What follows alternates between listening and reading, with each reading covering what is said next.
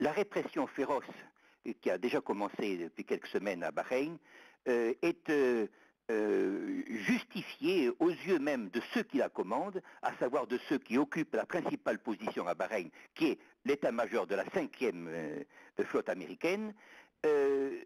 Cet objectif est, disons, d'intimider, de terroriser la population pour pouvoir, disons, maintenir la présence même de cette arme qui est une sorte de pistolet, comme on disait autrefois de la ville d'Anvers contre l'Angleterre, un pistolet dirigé contre l'Iran.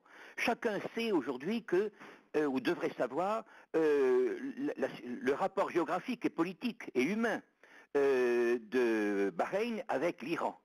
Pendant des siècles, elle fut considérée, l'île de Bahreïn, comme la 14e province iranienne. Il y a des liens particuliers, qui ne sont pas forcément des liens d'ailleurs d'unité ethnique. Vous avez une grande population arabe qui a toujours été, disons, qui s'est sentie protégée dans la même famille iranienne, de confession chiite. Et aujourd'hui, cette présence inquiète justement les autorités américaines. Elle voudrait, si je puis dire, une île de Bahreïn sans Bahreïnis.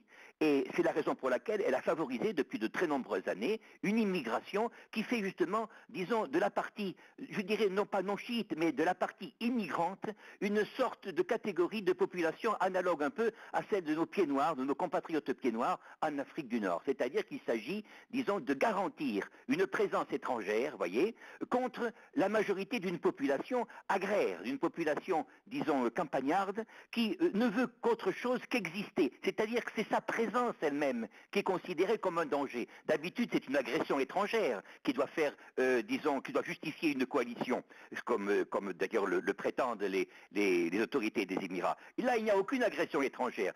Il y a en réalité, disons, si une agression extérieure venant justement de l'occupation ancienne anglaise qui s'est muée, disons, avec le prestige et la force brutale des États-Unis et leur hostilité à la République islamique d'Iran, qui s'est muée, disons, en occupation prolongée et qui, disons, vit sur les pressions exercées financièrement et autres sur les Émirats. Nous avons par exemple notre propre pays qui a une base à Abu Dhabi. Chacun sait que cette base à Abu Dhabi n'a de sens que parce que nous sommes engagés dans une collaboration très étroite avec les États-Unis d'Amérique. On ne peut parler de Bahreïn, on ne peut comprendre cette férocité de répression que si l'on y voit la seule chose essentielle, le cœur de ce cyclone, disons, américain, qui est la 5e flotte. Et pourquoi est-elle là-bas? Elle est là-bas parce qu'elle a servi d'abord, évidemment, dans la guerre contre l'Irak, mais elle est effectivement une sorte de menace permanente, de blocus, disons, militaire